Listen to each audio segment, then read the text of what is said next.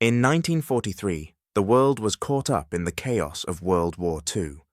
Europe was in turmoil, and the Allies, including the United States and the United Kingdom, were working hard to push back against the Axis powers like Germany and Italy. Italy had switched sides, but German forces were holding strong, and the Allies needed a new plan to break through. This is what set the stage for the Battle of Monte Cassino. The Allies had their eyes on Rome, but there was a problem. The Germans held a strong defensive line called the Gustav Line in central Italy. This line stretched across the country and went right through Monte Cassino, a rocky hilltop with an ancient abbey on top. The Germans were using these high grounds to their advantage, and the Allies knew getting past Monte Cassino was crucial.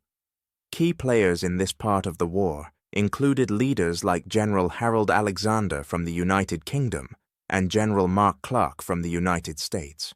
These generals were responsible for coordinating Allied attacks and figuring out how to crack the Gustav Line.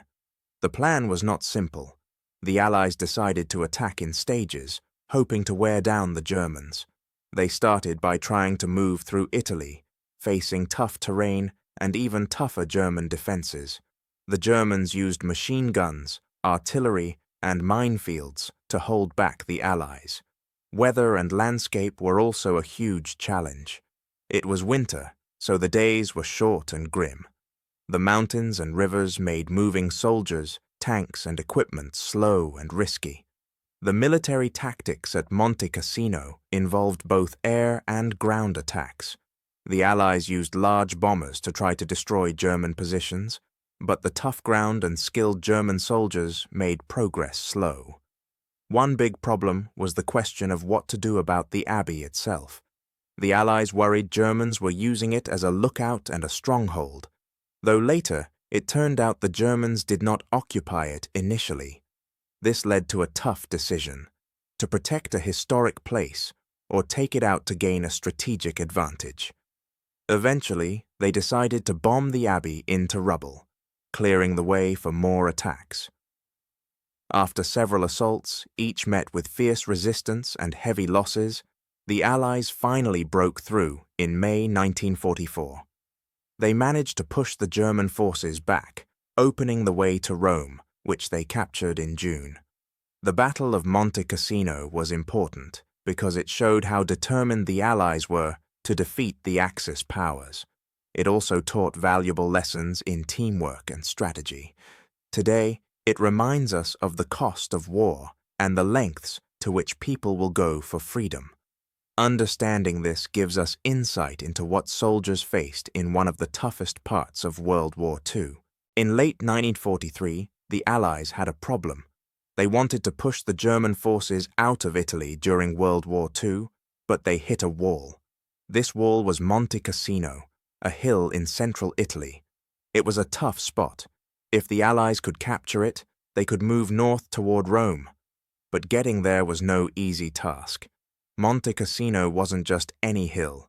It had a monastery on top, which had been there since the year 529. This place was pretty special and offered a perfect view of the surrounding valleys and roads. Whoever controlled this hill could see the enemy coming from miles away. That's why the German army made it a strong defensive point, creating a line known as the Gustav Line. The Germans used this line to block the Allies from advancing. It was like a giant shield, and Monte Cassino was right at the heart of it. On the German side, the main leader was Field Marshal Albert Kesselring. He was smart and knew military tactics well. He made sure that the German troops were ready to hold their ground no matter what. The Allies, which included soldiers from countries like the United States, United Kingdom, and Poland, were led by people like General Mark Clark from the United States and General Bernard Montgomery from the United Kingdom. The battle wasn't just one fight.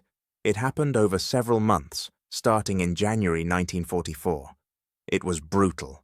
The Allies bombed the monastery, thinking it was full of German soldiers, which it wasn't at the time. But after the bombing, it turned into a perfect place for the Germans to hide and defend. The ground fights were intense too. Soldiers had to deal with mountains, rivers, and bad weather. Equipment like tanks and trucks couldn't move easily on muddy, narrow paths. Communication was also hard. Radios didn't work well in the rough terrain, which meant soldiers couldn't always talk to each other or get new orders quickly. Even with these problems, the Allies didn't give up. They kept pushing. Finally, in May 1944, a new attack led by the Polish Corps succeeded. The German defenses fell, and the Allies took control of Monte Cassino. This breakthrough allowed them to continue their advance north and eventually capture Rome. Monte Cassino was a turning point. It showed how important certain locations can be in a war.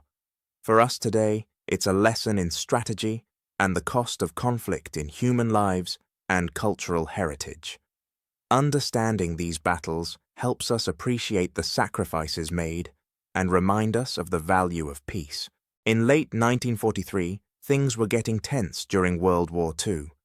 The Allies, which included countries like the United States, United Kingdom, and others, were trying to push through Italy to reach Germany, but they hit a tough spot, a place called Monte Cassino. This rocky hill had an old monastery on top, and it was part of a strong defensive line the Germans had set up, called the Gustav Line. The Germans, led by big figures like Field Marshal Albert Kesselring, were experts in defense. They knew that holding Monte Cassino was crucial, so they dug in deep, setting up many bunkers and machine gun nests. These defenses made it really hard for the Allies to break through.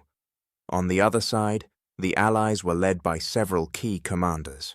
The British 8th Army, under General Bernard Montgomery, and the United States 5th Army, led by Lieutenant General Mark Clark, worked together on this.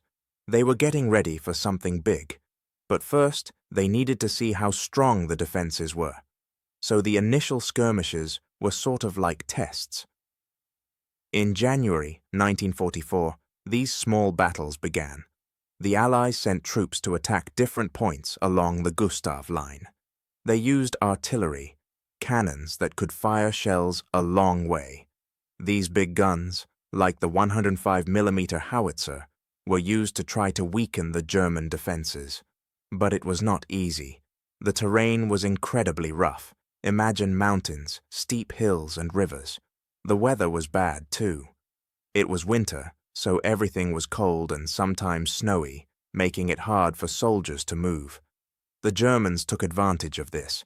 They had a great view from the high ground and could see the Allies coming. These first attacks showed the Allies that breaking through would not be simple. Despite the challenges, they learned a lot about German defenses.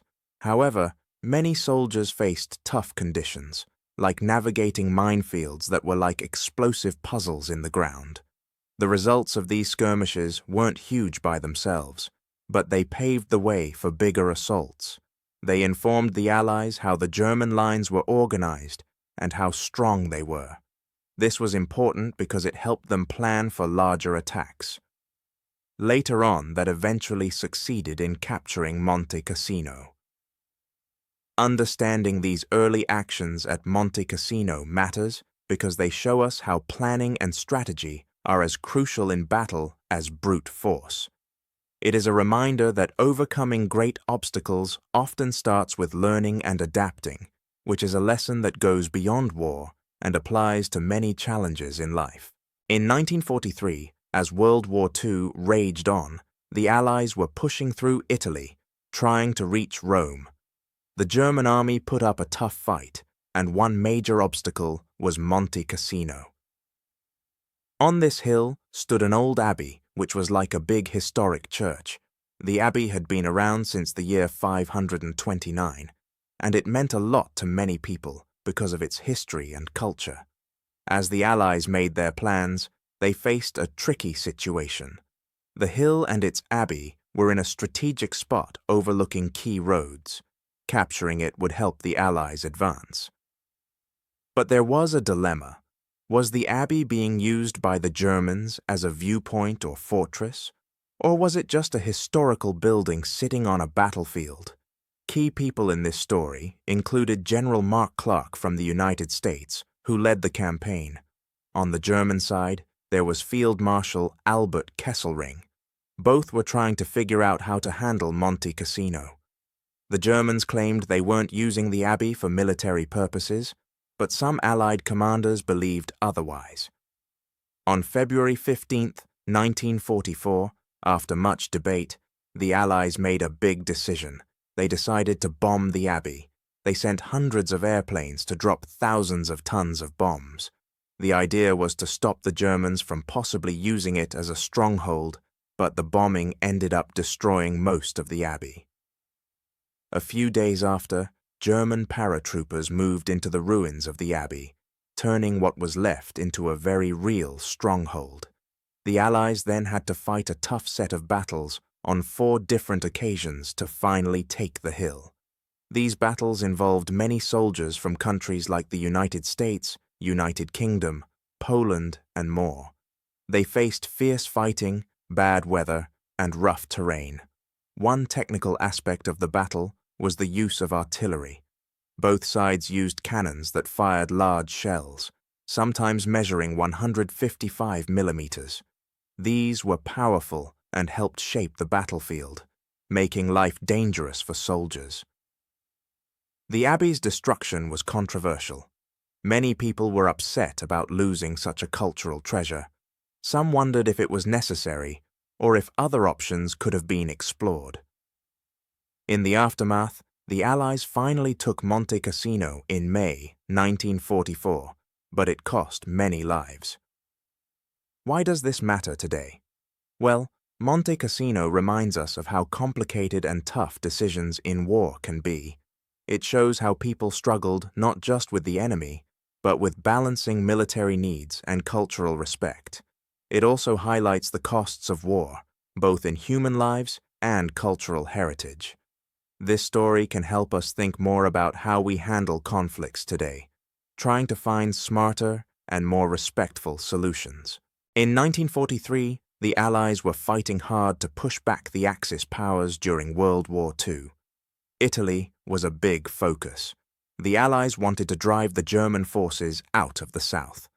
One big obstacle stood in their way: the monastery at Monte Cassino. This mountain was in a key position. Whoever controlled it had a big advantage in the fight for Rome. There were some major players in this battle. The Germans, led by General Albert Kesselring, used the mountains to their benefit, building strong defenses. On the other side, the Allies were made up of soldiers from various countries, including the United States, the United Kingdom, and France. General Harold Alexander led these Allied forces. His job was tough: figure out how to break through the well-fortified Gustav Line that the Germans had put in place. The Battle for Monte Cassino was actually a series of 4 closely connected battles. The first assault began on January 17, 1944. The plan was to cross the Rapido River and capture the monastery, but it was hard. The rocky terrain, rain, and strong German defense made things difficult. Soldiers faced deadly machine gun fire and rough conditions, leading to many casualties. The second battle started in mid-February. The Allies decided to bomb the monastery to stop the Germans from using it. Over 1,400 tons of explosives were dropped, but it turned out that the Germans were not actually inside. This flattened the monastery, but it made things worse. The ruins provided even more cover for the German troops. The third attempt came in March. This time, British-led forces tried to break through, but the Germans held strong. The Allies faced well-dug trenches and minefields, finding it nearly impossible to make much ground. Finally, in May, the fourth assault was launched. With better planning and full force, a combined Allied attack, including Polish troops, was set in motion. The Poles had a personal reason to fight, hoping to liberate their own country, occupied by Germany. It was during this battle, after heavy fighting, that they finally captured Monte Cassino on May 18, 1944. Throughout these battles, soldiers dealt with horrible conditions. The rough terrain, cold weather, and strong German defense made it incredibly tough. The bombing created chaos, turning landscapes into a maze of rubble and making movement hard. But capturing Monte Cassino was crucial. It opened the door for the Allies to march toward Rome, which they eventually liberated in June 1944. This victory was a morale booster. Today we care about the Battle of Monte Cassino because it shows how perseverance and planning can help overcome tough challenges. It's a reminder of the sacrifices made during World War II to stop tyranny and the importance of international cooperation in achieving peace. In 1944, the Allies were stuck at the Gustav Line in Italy. This was a big problem because they needed to move north to defeat the Axis forces. One of the toughest spots on this line was Monte Cassino, a hill with a historic monastery on top. The Allies faced a difficult task. They needed to capture this place and break through the German defenses. There were some important people leading this effort. General Mark Clark from the United States was in charge of the Fifth Army. He worked closely with other leaders like General Harold Alexander from the United Kingdom. They planned a series of attacks to get past the German troops commanded by Field Marshal Albert Kesselring. These leaders had to carefully coordinate the soldiers from various countries fighting together, including Americans, British, Polish, and French forces. The battle for Monte Cassino happened in several phases. First, the Allied forces launched attacks in January 1944, but harsh winter weather made progress slow. Then, in February, they tried again, but the rocky terrain and German strength stopped them. By May, they had a new plan called Operation Diadem. This time, the Allies hit the Germans from different directions, confusing them.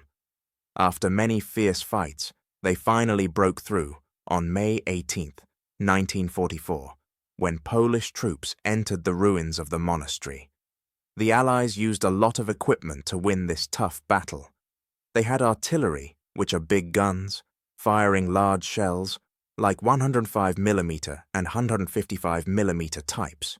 These were crucial in hitting enemy positions. Tanks were also used to support infantry, or foot soldiers, to move forward.